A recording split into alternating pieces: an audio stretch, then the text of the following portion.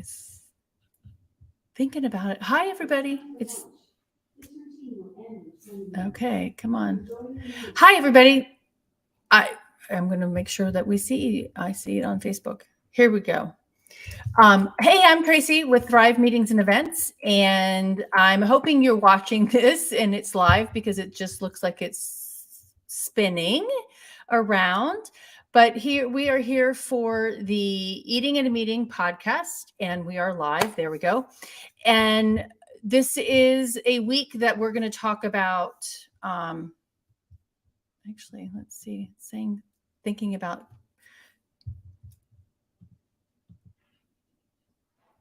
Okay, we're going.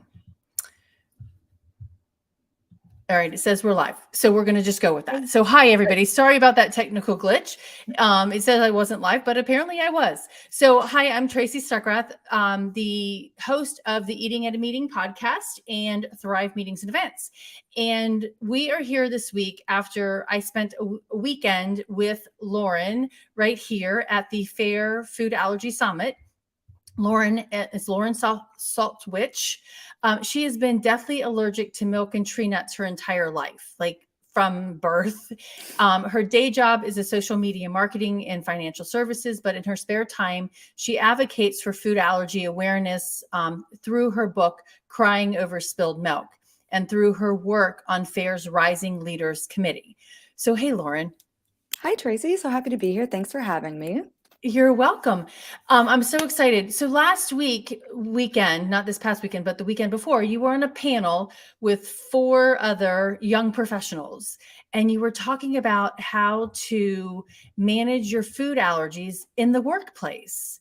And it was such an interesting conversation, and I talk about it a little bit, but in the work that I do, but getting it from listening to the 4 of you talk about it, and as you are actually entering the workforce as well and managing that was really interesting. Yeah, absolutely. I think it's a really great topic and a good panel that we are offering now at the Fair Summit. We're seeing all these kids that were in grade school, and now we had to navigate college. Now we have to prepare for them entering the workforce. So it's a really good topic to start talking about. So what prompted you? I mean, I know I said you had peanut or nut and milk allergies since birth, basically. So tell people how you've managed that through your whole life, and how many years have you been in the workforce? Yeah, definitely. So my whole life, I was a '90s baby. So back then the rule was avoid, avoid, avoid at all costs. So that's what I did up until about college, where I got a little brave, if you will. But I try to eat out at some restaurants. Sometimes it worked, sometimes it didn't. So that's when I kind of really learned my first taste of independence with my food allergies. I grew up in Cincinnati and I went to college in Chicago. So I was in a different time zone from my parents who had raised me and made sure that I was safe all those years. So I entered the workforce in January of 2014. And my first job, I was actually a travel writer. So I was navigating a lot of those challenges that come with that, and packing food and figuring out how to do everything on my own. And then about in 2015, I started working in the corporate world. And I think I am one of the only people that I've ever come into contact with of all my colleagues over the years who has a food allergy. There's a couple things that have always kind of stuck with me in navigating those challenges. One of the biggest ones is just vending machines.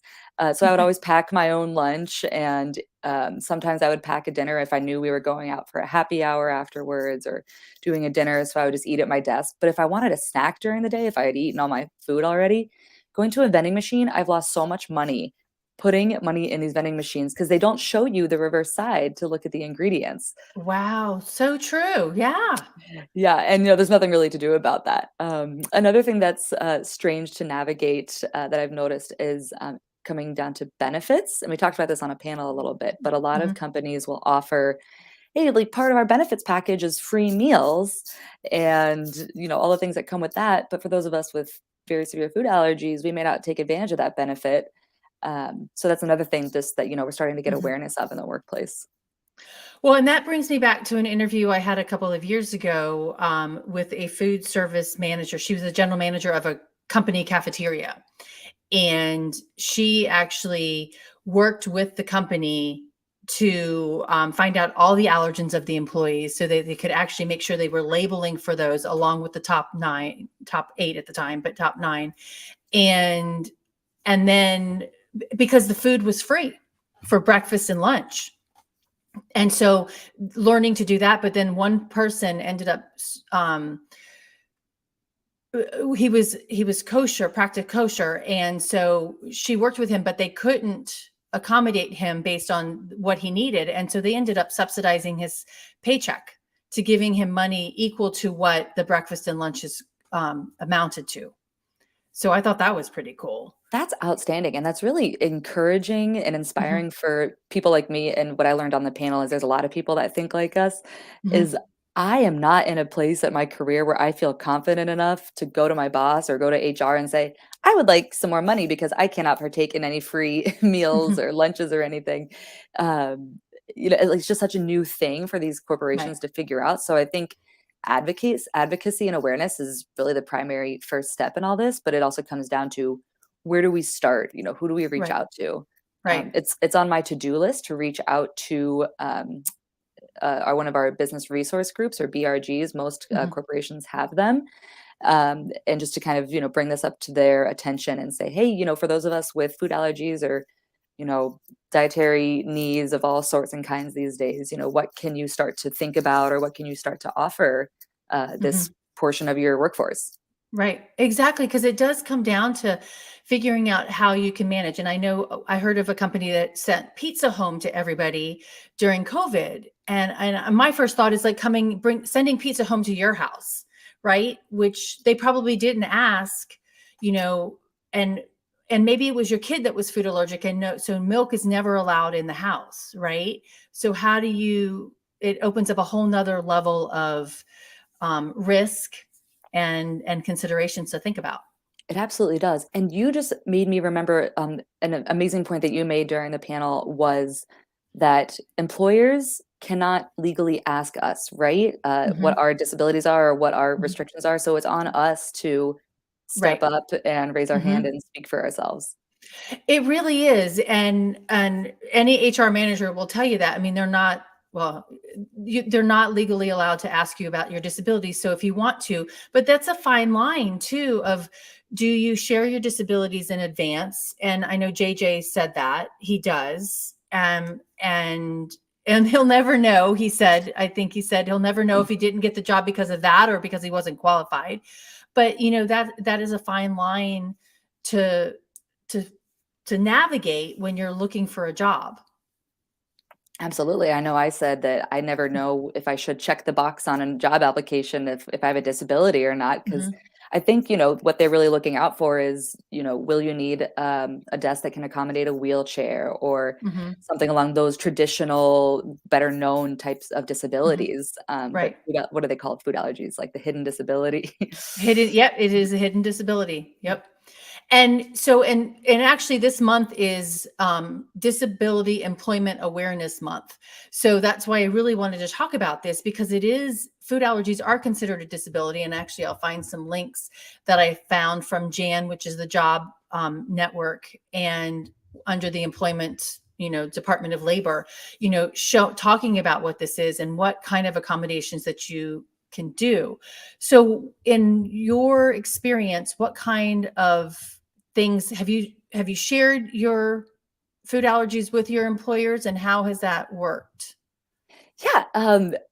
I've had three main employers so far on my career path. And uh, the first one, it was a very small company, so it really wasn't that big of an issue. It was just easier to have that kind of conversation. There wasn't even an HR department at that company, so it was really just, hey, there's 15 of us. We're just going to work together, and I'm just going to bring my food, and we'll figure it out. The second one is when I went to a bigger company, and I never like really disclosed it in the interview process or anything like that, but I did Mhm. tell my boss when I first started, just to give him a heads up and just for my whole team to know and be aware. And it just goes back to awareness and understanding. I remember for one of my birthdays, my boss's intention was so kind. He went out and he sought out a gluten-free cupcake. But he, I think, just got confused that I am like a milk and tree nut allergy and not a gluten Hmm. allergy or celiacs or what or anything of those types of things. But um, and I just chose to smile and accept it and say thank you so much. And then I didn't eat it. I'm like, oh, I just had lunch. I'm too full. So I'm just, sneaking in all these little white lies because I don't want to offend Right. the person who it's a weird dynamic when you enter the workforce. You don't Hmm. want to offend someone who has a say in your salary, who has a say on your career path, on your career trajectory. Reputation is very important in these types of corporations and companies, anywhere you work. And then, so then when my next employer, I just didn't say anything until I got invited to lunch with the CMO. And I had told her that, I wasn't super hungry. I had a big breakfast. I just ordered a plain salad, just lettuce, tomato, like onion. And then I started eating the salad and immediately my tongue started to tingle, that tightness feeling. And I'm like, oh, here we go. So I actually opened up a Benadryl capsule under the table, got it out of my wallet. And then I'm trying to sneak this Benadryl while she's talking. And she's like, are you okay? Do you have a headache or like what's going on? What are you taking? And then I just had to come clean because I just got caught in the act. And she was so sweet and kind about it. And she was so understanding. And I think it kind of, in that case, helped for someone in a leadership position to see how severe my food allergies are. Because then Hmm. it's someone else advocating for you. I think, unfortunately, a lot of people with food allergies are met with a lot of skepticism or how severe is it? Or, do you Yep. really have to do this? So it's good to have someone, especially in a leadership position, in your corner. That's a really good point because it is, and it depends on who that person is. If they're willing to be empathetic, to that. And I know there's a woman who I wrote about in one of the books I co-authored, "You at Work and Humans at Work." I'll send you those. And she actually took her complaint about her company all the way to the Department of Massachusetts Department of Disabilities because they wouldn't do anything about it. And she like well, hers is airborne, and I know yours is touch, right? Right, mine is touch. The milk allergy can be airborne if we're in a tightly enclosed coffee shop and they're boiling milk. That's when I Mm-hmm. start to wheeze. But yes, touch. There was another time where I had my hands at my keyboard. It was my first day on the job, and I guess it wasn't cleaned very well, or something happened. But Or at all, I had a probably. reaction on my wrists from the pad, the wrist Wow. pad. So Wow. Yeah, and so did you just go get a new call technology and ask them to bring you a new wrist Oh, pad? no, it was day 1. I was not about to make any waves. I was just like, "I'll just go wash my hands and I'll get a Clorox wipe and I'll just clean this down," and it's really tough to navigate because I think for put yourself in the shoes of someone with food allergies and your whole life, you're in school. You have to be in school, like, there's no other Mhm, choice. So you have to be able to learn in an environment that is safe for you. If you go to college, you're paying for a higher education, you're mhm. paying a lot of money for that. So you kind of have every right and the grounds to kind of make certain demands. But then you enter the workforce and it's like, I'm working for this company. And it's a lot more of a sensitive situation, I think. I think so too, and I don't know if you were in the session, on the laws about that at the fair conference, and I know she didn't get to the workplace one, which I really wanted to listen to, but it is, and Laurel said a really good thing. It's like in school, in one K through 12, you're in school and it's government provided. In college, it's your choice to go to college. And at work, it's your choice to choose to work someplace, but they've also hired you, right? So I think it's a conundrum of both, a mixture of both of those. It is, it is. And I think it's also that you bring a good point of, we're working for them, but they also hired us. And I think ever since Mhm, the pandemic happened and a lot of people have proven if you're able to work from home and do so, you can do that. And I think employees are feeling more empowered to, make the interview process a two-way street. I think employees are on their way to kind of just demanding a little more respect. So maybe this is a good mhm. time for those with food allergies to take advantage of this movement and speak up for themselves as well. That's a really good point because and you're coming back into the workplace. Hey, I have these needs. What can we do? And one of the questions that I asked you all at the panel was, what questions do you ask of your future employers to figure out if it's a place that you are going to feel safe? Yeah, and in my case, I think JJ had some really good questions, but in my case, I didn't even ask questions because I didn't want people to really know. I didn't want that to be defined how I Mm-hmm. worked. If I were to ask, I would just kind of say, what types of team outings do you do so that I can kind of mentally prepare for, Mm-hmm. okay, if this is a team that's going out to dinner and lunch every day, and, that might affect my decision if I want to work in a place like that. And, I think with the whole work from home theme that's been emerging, do you offer that flexibility? Because I Mm-hmm. have been able to eat so much healthier working from home. I can prepare meals from home, Mm-hmm. and I'm not going out to the local pharmacy to get a microwave meal if we have a last minute happy hour get together. A little less preservatives in that meal. Right. So Well, and that just breaks my heart that you're going to the convenience store to get a microwave meal to eat because you're going out, to network. And to me, that potentially limits your opportunities for growth in your company. right, right. I think JJ brought up a good point too, where he was saying, if you get invited out and you're meeting clients, and if they're all sitting at a table and they have like a cocktail and there's apps, and maybe they're smoking a cigar, and if you're not partaking in any of that, someone might get offended, especially if they're the Hmm. ones footing the bill. And Right. you don't, there's a fine line between drawing a lot of attention to yourself and making it about you, but then also you don't want to offend anyone or make anyone uncomfortable. I Right. mean, I've Right. made so many people uncomfortable because I've just chosen not to eat out at restaurants, and people don't like eating around people who aren't eating. It's just human nature, I guess. Yeah. Yeah, it reminds me of an article that came out in the Washington Post years ago when somebody from a foreign country was coming and he was in the middle of his fast, and it was all written up in the paper like, well, he can't put his religious beliefs on us. Well, he's not. He's just choosing not to eat, Yes. right? Yes. And we have to learn to be comfortable with that. But Yes. at the same time, it's kind of like, what are your practices and how can you fully bring yourself to the workplace, right? Safely. Absolutely. And I think safely is another part of it. And here's another piece of the puzzle that you just made me think of in terms of safety. It's, excuse me, it's not just the workplace, it's also the commute. So I take the train. Hmm. So sorry, got something in my throat. No, that's okay. So I take the train to work, and one day I was wearing a pencil skirt, and I sat down on the train cushion, and then my legs just started to itch uncontrollably. So sorry. It's okay. Take your time. And I stood up, and there was pistachio shells. I'm so sorry. Go right ahead. You're good. You go. So there was pistachio. I mean, that's a whole nother thing. I'm like, you're allergic to tree nuts, and probably in a busy train, you're sitting down, you don't have the chance to look at the chair and wipe it down like you may be on a plane, get on early and do that. Wow. Absolutely. So then I get to work, and I'm like in the bathroom, like trying to clean my skirt, trying to wash it, trying to wash my legs, because when you're on the train, sometimes there's a bathroom in your car, but Right. you can't exactly get up and do anything. You're just stuck. Right. Right. Whoo! I'm not crying You about that.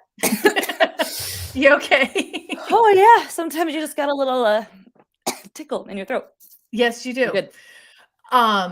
That's and it, because that's if you can't drive to work because it's one, too expensive, or two, the commute is much longer than taking the train. That's another big issue. Where are you based out of? I didn't even ask that. Yeah, I work in the city of Chicago, and I Okay. live in the Chicago suburbs. So I could drive, but it's just easier to take the train, and you get Right. some more time back. You can work from the train. It's really Mhm. nice until you sit on pistachios. Pistachios, yes.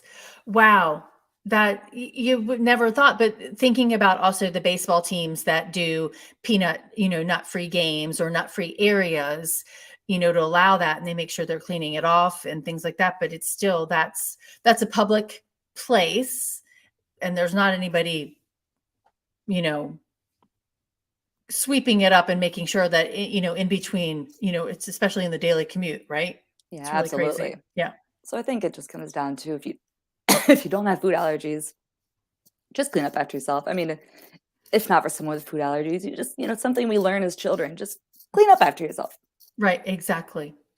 So you so understanding one of the other things that came up in that conversation at fair conference was coming at it with a place of dignity, right? Because one of the challenges is, in coming to the workforce, you actually have to educate some other people, like your boss that, bought you that cupcake, right? But it's like understanding what anaphylaxis is and understanding, what cross contact is and what that might mean. But we can get angry or frustrated with people because they don't know it, but it's not like it's something you went to the store and bought and you can return and there's knowledge about it. So how do you go about educating other people about your allergens? Yeah, I think it helps to. I must be getting a cold or something. I think it helps too that growing up, I was the only kid in my whole school with food allergies. So I kind of Oh, always wow. just had to navigate around other people's feelings. Like I didn't really have anyone on my team per se.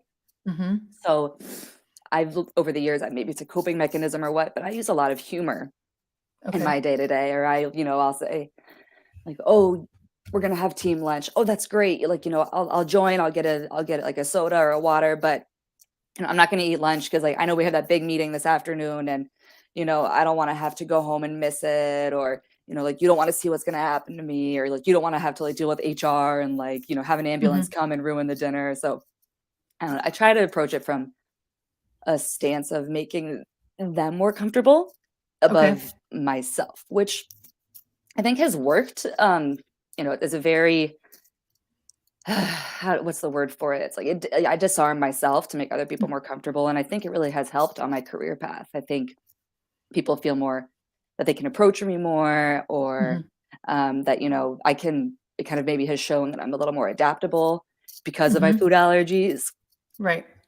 So yeah, And that again, that's another fine line to cross, because you want to disarm them, because you do need to disarm them, because it's like I'm not necessarily going to go into anaphylactic shock, but I might, right? So it's like letting them know that there is this concern, but Mm, also that you can control it, but you need their help to control it. The situation. exactly, It's a yeah, exactly. yeah. And I will say too that people are, I really believe that for them, generally people are kind. Nobody wants to see you have a reaction, and Mhm. I think people are naturally skeptical, but I don't think anyone comes from a malicious place Right. necessarily. And but that's where I think it could turn bad. If you start to kind of make these demands, and if you become like the problem employee, that's what like my worst fear is, Mhm. what employers ever see me as. Well, and you made a really good point, and you don't want to be seen as your allergen. You want to be seen as the person who does the good work, right? Not as, and even on a television show that I was watching last night, I think FBI, one of the FBI shows, and the kid's got cancer, and he's like, I'm like the sick kid, or the kid does this, and that can really burden you. Absolutely. Absolutely. It becomes almost a defining trait. But you can also make that work to your advantage sometimes too. Like, for example, I help a lot with like copy review and like Mhm. like looking out for spelling and grammar mistakes. And there have been things that I've caught that people are like, "Oh wow, this was reviewed by 12 other people. Thank you so much for catching that." And then I'll say, "Oh, like I have to read ingredients, for a living basically, so I have a lot of attention to detail." And it kind of you can use it as like your strengths. It's like, yeah, like Mhm. I because of the way I live, I have to have this very strong attention to detail, and I can bring that into the workplace too. That's an awesome trait, to showcase that. Oh, I love that. Now, in your book, which is "Don't Cry Over Spilled Milk," or "Crying Over Spilled Milk," sorry. You have a chapter in there. Were you bullied as a kid? But I want to talk about it as a kid, but I also want to talk it as an adult, because in my episode, I think it was episode 158 that published yesterday, 159. It actually on podcast episodes, go download it today. Um, my friend Heather and I witnessed a gentleman who was in his 50s being bullied at an awards banquet for his company. And he got up from his table and came and sat at the staff table because he was being bullied by his coworkers. I mean, people, you're 40, 50 years old. Get over, stop. That's just really disheartening to hear. Yeah.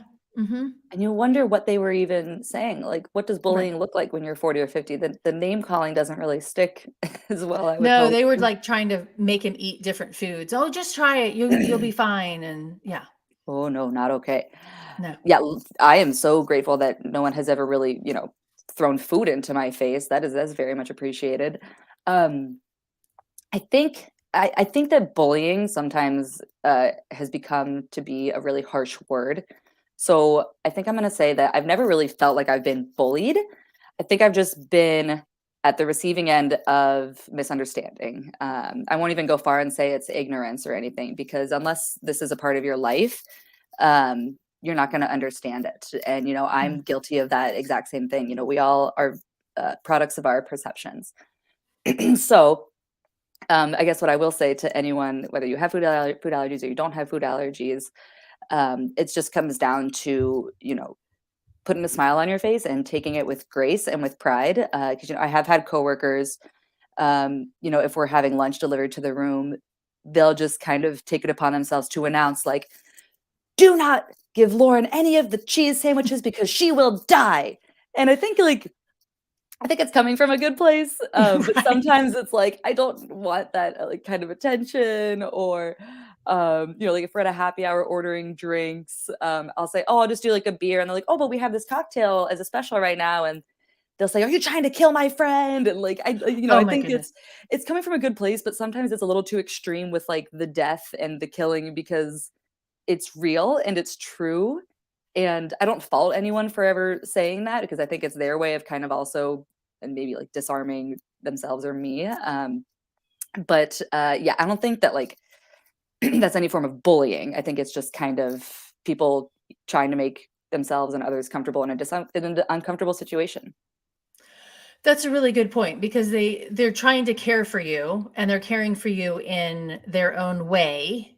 But it can be a little disarming for sure. Yeah. Yes. And I will say, to piggyback on that, back when I was a travel writer, I was doing a spread article on a trip to Wisconsin, and the editor wanted me to go to The cheese state. yeah, the cheese state, which is fine. I got in-laws and family in Wisconsin, but they wanted me to cover a dairy farm. And I was like, I'll go to the dairy farm, but I don't know if I'm going to be able to do the tours, because I've seen pictures of these tours, and you're walking through these aisles that are just covered in milk all over the ground. And sometimes they will have you try to milk the cow. And I'm like, I'm not going to be able to do that kind of stuff. And he just, he kind of was just really dismissive. And he's like, well, you'll figure it out. Just go and make it work. And it wasn't necessarily, like I said, it's not necessarily bullying, but it also wasn't extremely empowering or comforting at the same time. Right. Yeah. Because I mean, you're on that job specifically, you're traveling for work. And how does that, where does that employment, and I don't know if you were a contractor or an employee, where does that draw the line of employee safety, right? Yeah. In that case, I was an employee, and we did, we were able to strike a deal when it came to, because there was a lot of road trips. So when it came to eating on the road, I couldn't expense a dinner or expense something. So I was able to buy groceries, so that I could, have a microwave meal at the hotel, or just make a quick little sandwich or something. Mm-hmm. But then that was a really hard thing to navigate too, because he made it very clear that I was not to buy groceries for my house, that it was only to be used on trips. So he was just really a stickler for, which as an employer on a budget, I can't argue with that. Right. So I think it's a new thing. Like I said, it's just people trying to make the best out of a hard and fairly new situation that no one's ever really had to deal with before. Right. Well, so I'm going to a convention next week, and, going to a convention, and I don't know if you have to go to social media conventions for your job or whatever, is that's a whole nother level of management, because there's this event I'm going to has concession stands. So it's not banquet dinners or anything like that. There are a few that are separate, but, do you you get an Airbnb versus a hotel, right? Because you have a little bit more control over your environment that you stay. Yes, I love this concept of Airbnbs and VRBOs. That wasn't when did those start? I feel like that wasn't really an option back when I was a travel writer. It was just like hotel or you live out of your car. Right. Hmm. But yeah, absolutely. Well, and I went to a hotel recently, and I said, "Hey, I need a refrigerator for some food allergy food," and they gave me the little tiny one that was for medicine. I'm like, you Mhm, can't, for you can't put anything in there. It's not a medical. So you do need the larger refrigerator mhm. that you can put food in because of that reason. And so I Yeah. hope they all don't go to just that little tiny one, right? Without charging you $35 a day. Well, Yeah. that's another thing. Yeah, usually Yeah. if I ask for a fridge, it's like the, standard mini fridge, but then Hmm. surprisingly, a lot of other times hotels have said, "Well, we won't be able to know until the day of if we can get you a refrigerator or not, because it's kind of on a first come, first served basis." Again, not their fault. They're just trying to do their Hmm. job and, they have Right. limited supplies. So then my workaround is, I would just take a cooler, like my best quality cooler, and just a little Hmm. one, and put my food in there. And then there's always ice machines in hotels, so I Hmm. would just find the closest ice vending machine and fill up a little bag of that and refill up my cooler. Okay. So there's a lot of workarounds, but it also is a lot more, it's a lot of steps to take. It is, and I think that comes back to using it to your advantage in the workforce. I mean, we people with food allergies have so much to think about, so much to navigate. We're always coming up with workarounds, and I really do Mhm, think that it helps us in the workplace. mhm, When someone says there's no solution to this problem, we're the ones that figure out a way because that's what we've had to do our whole lives, or mhm. whenever you were diagnosed. Right. Yeah. It's a really good point, but it does take a lot of extra steps, and especially when it's food, right? Because it's well, and I say especially because it's food, but I mean, food is a whole different navigable challenge, right? And you said it with the labels and the vending machines, right? Or if you're going into the company cafeteria. I actually went to an opening of a new restaurant the other day, and I was like, okay, nothing was labeled on the menu. And I'm like, okay, so what's gluten free? And she's like, I have no idea. I'm like, so I ordered something without the bread on it. And on the menu item, it didn't even say it came on bread. And actually, that happened to me at a hotel a couple months back earlier this year, too. It doesn't say that it's served on bread. So how do I know? Right. And That's if, another thing too. I've mm, I've I've made a living off of communications, so it mm, comes so easy to me. mhm, Where I think a lot of these, whether it's a hotel or a restaurant or employer, could probably benefit from just some sort of a communications person that can think through all these things and be mhm. transparent with their customers and employees. Right, and a communications person that has a different disability or, food allergy or what, bring those people in, let them experience your property, or your office in that capacity, right? Absolutely, From their eyes. Yep, from their absolutely. perspective. Yeah. One of the things that I think has worked really well, back to the vending machine thing, is a lot of these offices I've seen will offer up snacks like that are just like in baskets or Mhm. in like a display shelves, and that way I can actually pick up and read the ingredients and flip it over and see what I need to see Mhm. before I buy it. And that has saved me a lot of money in recent years, like this idea of open concept Mhm. snacking.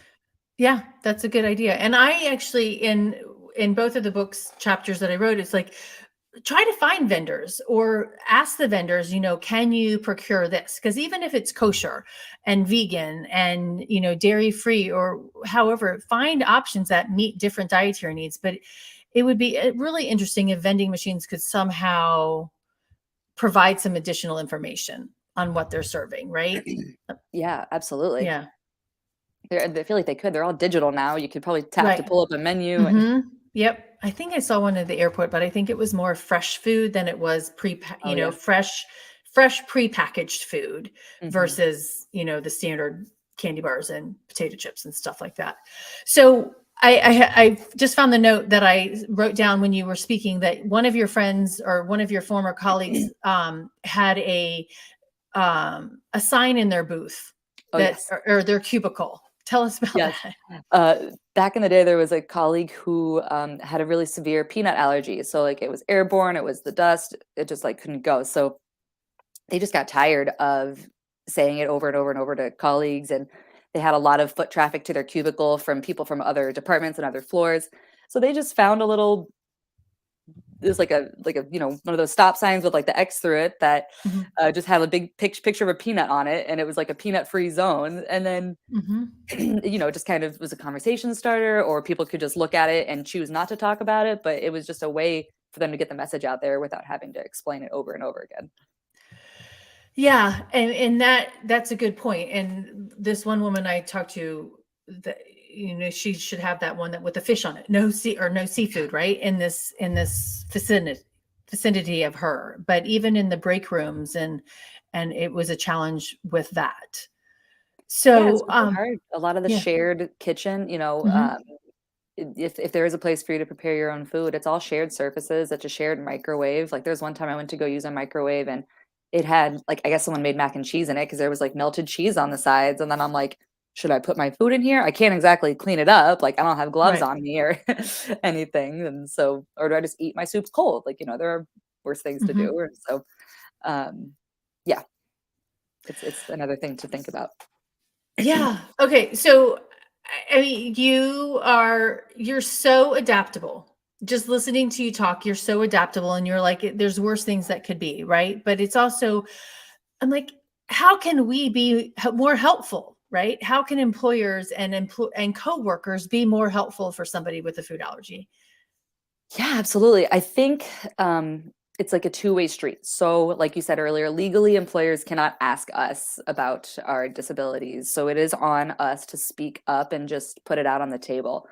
From what I learned from talking with a lot of other young adults with food allergies at the fair summit, is we just hate to feel like we're a burden, and we don't really like a whole lot of attention on us, and we don't want to make things harder than they need to be, and like that really eats at our souls, and we don't want it to define us. So I think once it's on the table, I think if employers could just ask, okay, so what does this mean? What does this look like for you? What types of accommodations work for you?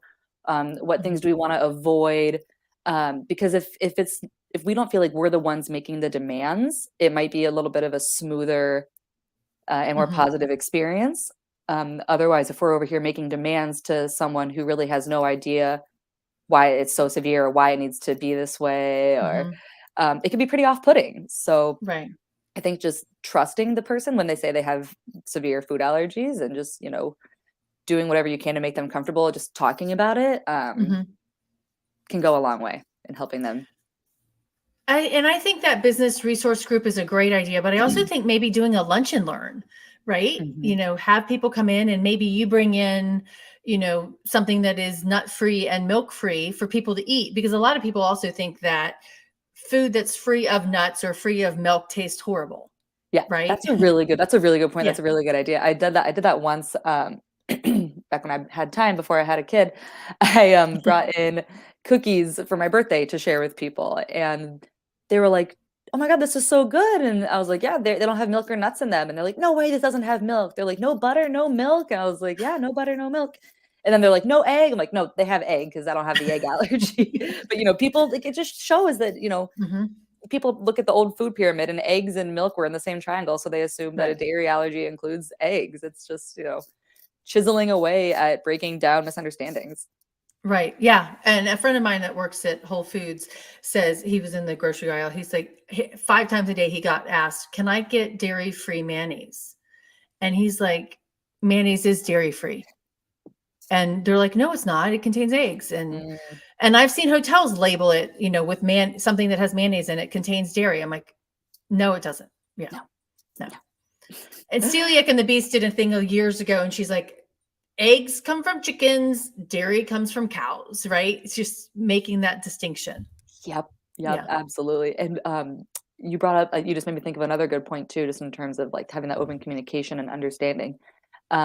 Telling employees or having it written somewhere, like on your cubicle, or, in some sort of a plan where your EpiPen is, should you get yourself into a situation that Mhm. you cannot administer it yourself. Um, or, like, if people would always ask, "Okay, where's your EpiPen? Where's your EpiPen?" And I just started just keeping it on my desk so that people could see it. Um, And it was funny during the pandemic, we all started working from home, and we thought we'd be back in a matter of weeks. So I left my EpiPen and some other snacks in that drawer, and I didn't go back to the office for like 2 years. So I'm like, oh, these Oh, wow. snacks are probably expired, and this EpiPen is now expired. So Well, and I love that because this other planner is like also find a buddy, right? Find a coworker, that HR person, your boss, or somebody that knows about your allergy and can be your advocate for you when you can't be, mhm. right? And you said that about your one boss, right? When you're trying to take that Benadryl, right? Yep, yep. Yeah, figuring that And out, it helps too when they're, in a leadership position, especially right? because then it's like everyone is, oh, this is very real. Right. Um, yeah, I couldn't remember where else I was going with that. There's just a lot. Yeah, there's a lot to navigate and there's a lot to know, but I think you've given, some people some really good, you know, concrete ideas on ways to manage it. And I don't want you to succumb to having to back down all the time and do this, but Right. you do need support. Right. Oh, Yeah. I remember, and I'm gonna combine thoughts here. Yeah. I do remember what I was Okay. gonna say, and I like what you said about, at the times that I did really advocate for myself, and kind of put my foot down was if I were to have an allergic reaction at work, and if I had to take a Benadryl, and if I had to go home because Benadryl knocks you out, or if I had to go home, Mhm. I would ask respectfully, I'm like, hey, can I take this as a sick day instead of like a PTO day? Or like or if it gets to a point where I'm having a lot of reactions and if I run out of sick days, can we figure out how to navigate this? Because it's not like I'm intentionally having reactions. Like Right. Mhm. it's just so that's just another kind of thing too. Um that is another hard conversation to have. But I think, Yeah. if you have the food allergies, it's very valid. It's, because that's when it Yeah. comes down to actual, that's like a direct benefit. That's a direct impact on your benefits. Exactly. Well, and that brings me back to that woman with the fish allergy and who took it to the state of Massachusetts. She spent 2 weeks total combined 2 weeks in the hospital from anaphylactic reactions she had in the workplace. Hmm. And even though she had communicated her food allergy to her employer and to her direct boss, to the HR department, and it just got ignored. And so, I mean, that's a loss of productivity on her part, not from anything that she did. Exactly. Yeah. And And that's I wonder if there were any cases, like, was there any precedent for that? mhm. Yeah. Yeah, who knows? I mean, and like the bullying, just kind of going back to the bullying in the peanut one of the kid who worked at Panera, right? And I don't know if you heard that story where his boss was like teasing him with peanut butter. We're going to put peanut butter in this and we're going to put it on your EpiPen. And I know it was settled out of court, but like really people, like how do you manage that, right?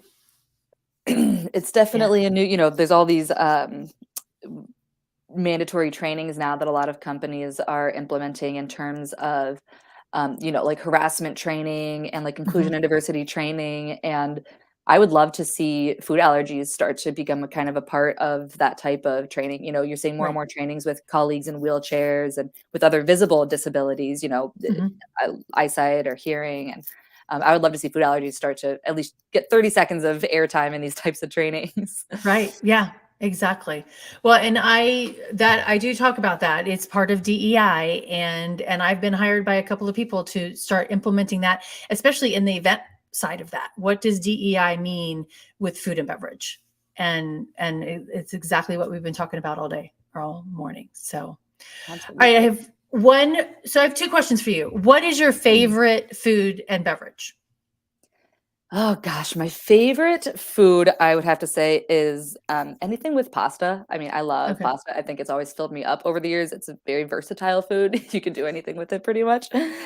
Favorite beverage, I always have to have my can of Coca-Cola every day. It's just my one little vice. I don't do a whole lot of junk food. I don't do sweets. I can't do a lot of cookies and milk chocolate, so I do Coca-Cola. Okay, that works. Okay, and then the final question is, what does a safe, from your perspective, what does a safe, sustainable, and inclusive food and beverage experience mean to you?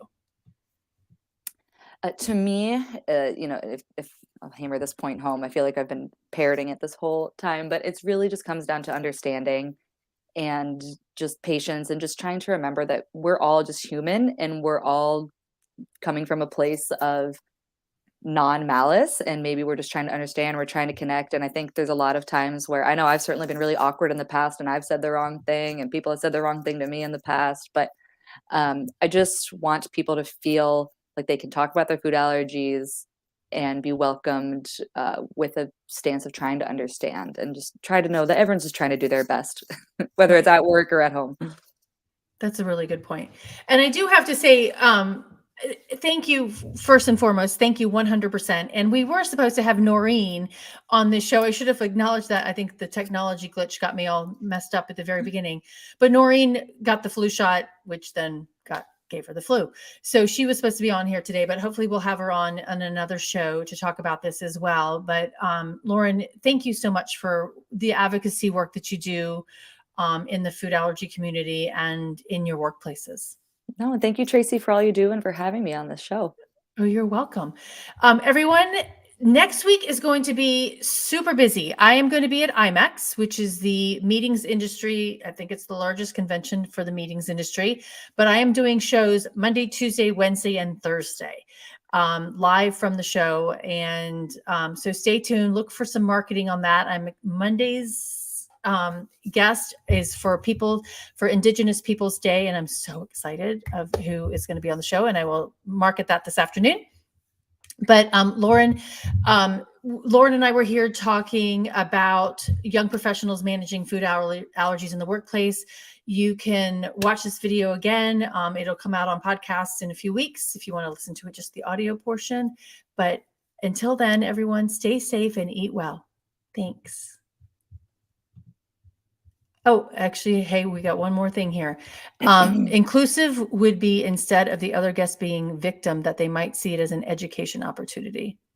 Ellen, that's a great point. Yep, because we don't want anybody to feel like they're a victim. And it's a really good education. I'm glad I caught that before we closed out. Ellen, that's a really good point.